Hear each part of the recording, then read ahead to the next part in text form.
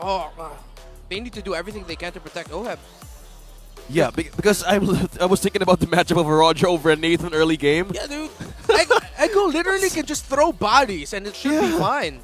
But if they're not careful, they can be punished with some really good crowd controls. I think Echo, they're going to go express route here. They want to end this fast. Yeah, they have a bus. It could still be a train in game because that thing can actually slow down Oheb's progress early game. Yeah. We've seen an early first blood yesterday from Roger, and it was a complete snowball. But let's kind of check on what's going to happen in this game. It's game number 1. It's Echo versus Blacklist International. Don't forget, once again, as we get things situated here, let us know in the comments on YouTube. We're picking 2 winners for the 1,000 diamonds. All you got to do is hashtag Echo, hashtag Blacklist, and then your server ID and server numbers.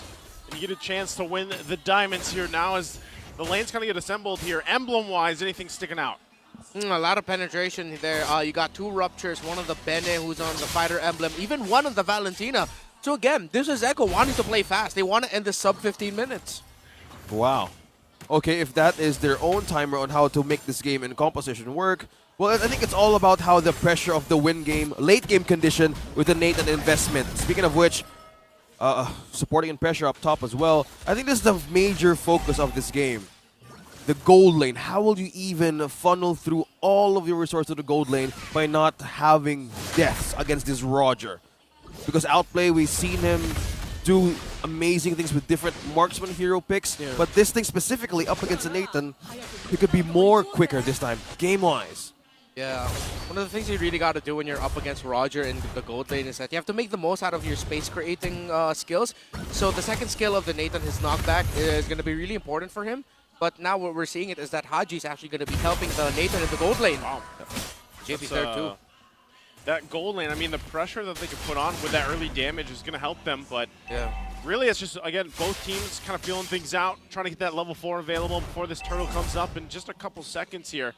But even positioning down there from Blacklist International, doing the same thing, waiting for these ultimates to be available. We'll see how they play through it. Oh, Zaida, I think he kind of felt something was there and didn't bother to check it. But now first turns up for the grabs. Oh, this is a 50-50. Half health. They're going to start it up. JP doesn't have that level 4 just yet. Jumps in there, and it's going to be secured by Sanji. There's the heavy spin. JP with Minoan Fury. Everybody's knocked up here at this point, but nobody falls just yet. Edward gets the flicker out. Haji as well. Sanford still on the hunt. One hit gets him there. First blood in the hands of Sanford. Again, that's what you get with this lineup of Echo. Even though they're not going to be exactly winning that team fight, though they did, you still have to watch out for a potential chase, especially if Sanford holds on to his Petrify. And yes, Sanford held into his Petrify. He didn't use it for the turtle. They took the 50-50 for that turtle take. It was Sanji who miraculously got the last hit. He got the heavy spin instead. And Sanford still had a Petrify to continue the push and eventually get kills. Look at the rush of items here actually by Sanford. Fury Armor into the Dreadnought. So again, they are delaying the potential physical damage coming out of the side of Blacklist. That again is another signal that Echo wants to end this fast. Sub 15 minutes fast. The one amazing contested roam choice, and if you're up against a Ruby, Nathan, even the Akai, or even somebody who's going to be in the front lines to make a great setup, this guy can just hold the Minoan Fury or even the Stomp right in the first moment. That's where the thing that blocks your proper setup goes for Blacklist International. He could easily just negate everything, and JP was just holding at the right moment on where to use those knockouts, because he know there's a lot of crowd controls that Blacklist can do against Echo, and that's one thing. What if at some point in the game that Echo didn't manage to do this quicker, and they have a way to penetrate the toughness of this Minotaur, and that's going to be a problem for Echo to even stay in the front line. Because right now, crowd control backs to National, disrespecting the fact of the spike of Echo's composition.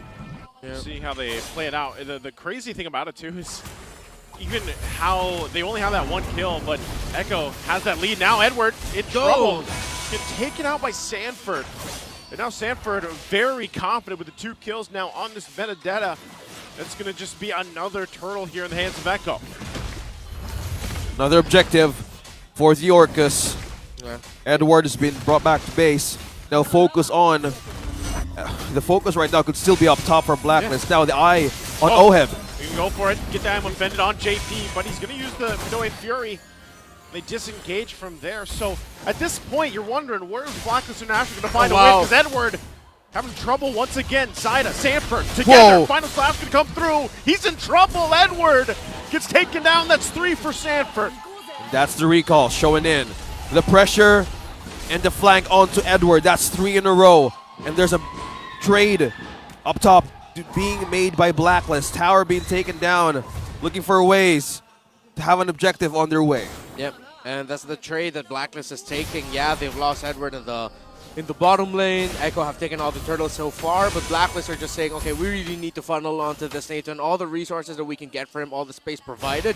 And with the Nathan out of lane, that allows him to do a switch or a roam together with the rest of the team to try and get a few more resources and few more wins.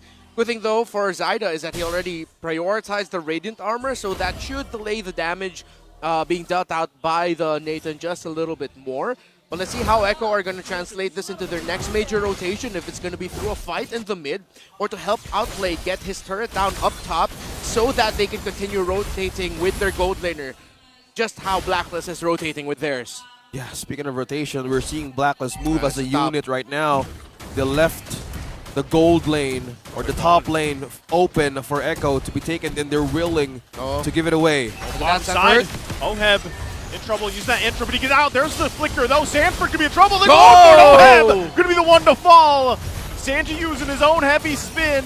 Zaida now on the front of the side. He's gonna back off. They're happy with that kill. They wanted to take out Sanford, but in turn, he gets another kill. Yeah, that's Oheb. You saw that getting set up by Sanford and Zaida with how they were going for the pincer maneuver with Sanford hugging the shrub next to the wall and Zaida coming up there, even though Haji got to see him. At that point, Sanford already has the items and even just a little bit more sustainability to survive it. Pure Assassin damaged Benedetta. Earlier in the day, we talked about Benedetta's having a good showing so far this season. Edward was one of them. Sanford is one of them now. Both showing great mastery and potential. 3 turtles in a row. Yep. Echo securing objective. Sensui trapped in 4. You can heavy spin out of here. He is going to be able to get away for now against the full force of Echo. So he survives, but gentlemen, it's 6K ahead now for Echo. This is definitely the Express. Yep. Sub 12 to 15 minutes. Look at that. Windtalker Endless Battle going into the... That could be Haas or Berserker, actually, for the Roger of Outplayed. But Sanford just going like full-on damage, bro. Confidence. They want to force more. There's man. a huge setup. Edward has to get out of there, but Oheb locked down, taken down as he falls as well. Blacklist International falls apart of the top lane. Wow, the combo, JP with an entry. That flicker ultimate 3-man combo caught Blacklist off guard. Wow. This is just purely the Express working through the way of the base of Blacklist International. And right now, Blacklist are just completely out of their element. Echo in full control here. Blacklist high ground defense somewhat okay, but again, Echo can just continue to throw bodies. But at one point, I wonder if Echo's decision to play a lineup that is all dive is going to cost them eventually in the siege portion of the game. But so far, it's going great with JP's decision to go for the Minoan Fury, flicker forward, maximizing it, even the increased despair stomp to go forward, get that extra knock-up and damage in. Great play there. One of the players that we highlighted earlier, the core turned roamer, JP. A world champion and 2-time MPL Philippines champion at that. Yeah, experience. Excuse me. 3? Oh, wait, no, he was in MDL that time. Yep. 2, yeah. That experience and just mastery showing with JP. The story of these 2 roamers who transitioned in a different role, now serving both of the greatest teams in the world, Echo and Blacklist International. Now they're in a match. Now Echo is on the lead, another objective. Will this be an advantage for Echo this time? And Blacklist seems they're not contesting at all. Yeah, they can. 8,000 gold at the 9-minute mark. It's a little too risky. They're better off trying to defend in their base, and really, you gotta wonder for Blacklist International, where is that timing? Where is that power spike? Oh, cancelled. Yep, Sanford's gonna spot him out, but he should be fine. It is Sensui. So where is that timing for Blacklist International? Is it just completely reliant on Oheb here? Yep. Still waiting for his third item. Should be in at around the 7K, maybe 6.5K mark. Let's see, but even with that, only one Radiant Armor you have to deal with, but Zyda does play as a frontliner anyway. All the dive capabilities, JP still on the way to another Radiant Armor for the team. Already going up to an endless battle is Sanford. Tough, man. Echo just... Classic Echo Express. Yep. On a 10K gold lead. Once again, you guys mentioned this with the lineup as we loaded into this game, that Echo wanted to end it early, wanted to do it fast, and that's exactly what they've done up to this point. 10 minutes in, Lord, top side. It is only the first one of the game. Can Blacklist International hold on? This is definitely going to be a forced situation from Echo here. Even with JP, have that flicker available. Waiting for the moment, he's going to get pulled. Is he going to pop it off? Can't get it just yet. JP's the one to fall. Sanford jumps in the backside. UA has to flicker out. They're still holding it together. Sensui's down though. No! But Blacklist International finds a something, stays alive, and Sanji that falls. 4 down for Echo. What a defense from Blacklist International. The pull by Haji. Haji with the play. JP had his own great play as a roamer with the Minoan Fury, the spare stomp. But with how Haji did that, if I'm not mistaken, he used the dash after the first skill. Remember the passive of the Ruby, after she casts skill, she dashes in the direction being pointed at. Then she got in range, or Haji got in range to use the I'm Offended onto JP plus the flicker. That was a really fast sequence to get that combo off by Haji that forced Echo to respond. And yes, even though Echo has a big lead, they were still under the tower of Blacklist to deal with it. Great play by Haji. And a great defense as well. The code still breathes. They're breathing now to find a way to recover into this game. Now the gold deficit's probably from now it's half from 10K gold. Now this is the moments that they're trying to capitalize on, these chances. Because at that point, this is the make or break play, because as you've said, you guys back in the draft, they're relying on Ode for damage in the late game potential, win game condition. So in order to make that work, you need something to pull somebody in or take something out of Echo. Still got to be careful here though. For sure. And one of the big reasons why they have to be careful, Blacklist still has to be careful, but again, you get the Ruby last pick. Instead of going for the roam Arlog, you decide to roam the Ruby instead. Going back to MPL Philippines Season 11, we made a big deal about how Ruby was one of the heroes that you pick up if you want to break the tempo of your opponents, especially their team fights. Great for compositions that love to dive.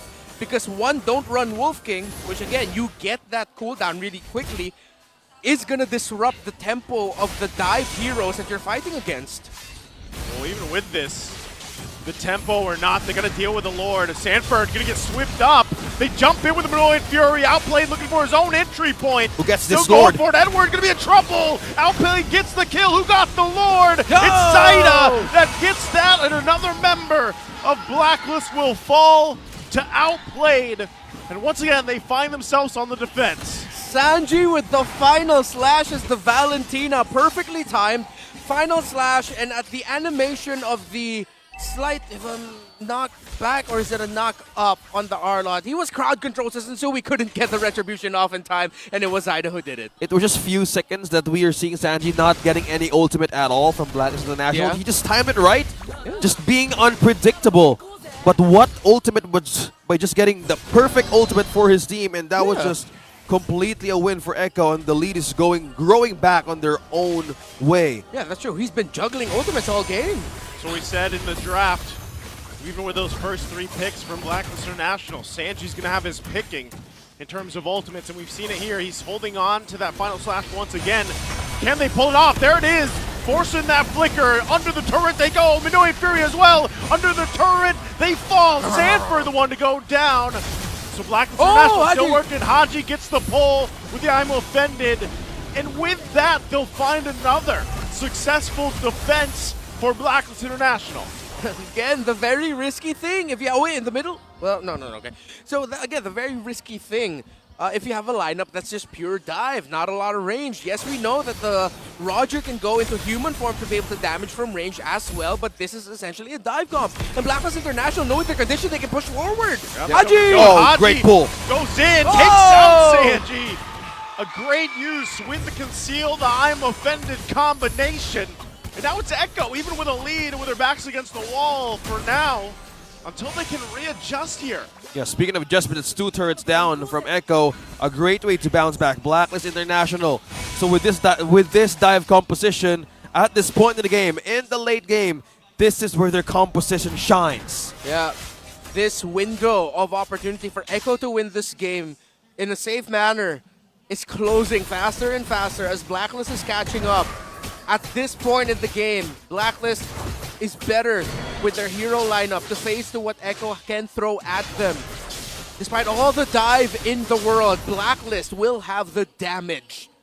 Echo needs to be sharper, because if not, Blacklist might get another iconic turnaround victory that they've been known for so many seasons. That's one thing that they can use. That small window that they're known for. Okay. It's not over till it's over from Blacklist International. Once they see that, they just take it. By the way, great Dragon Spear on Outplayed's Roger. So he's going to be going for, when he uses the ultimate, whether it's human into wolf or whenever, he gets a little bit more movement speed, and of course, it's a crit build for Outplayed's Roger.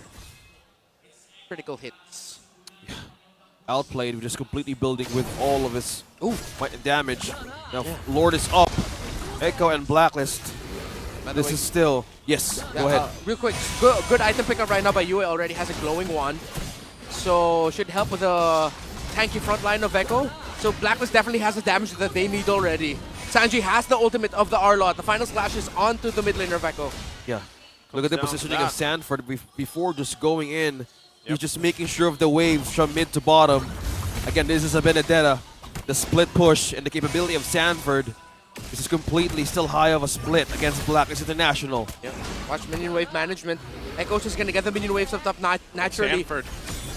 Sanford there too, behind enemy lines. Spotted. Going for the initiation. JP could be in trouble. Couldn't get it off in time with the backside. Oheb could be in trouble. Sanford going for the kill. Immortality going to be bopped. Outplayed. Trying to get Oheb. He will find him. Oh, but the shot from Yue will get him down as well. But it's not enough.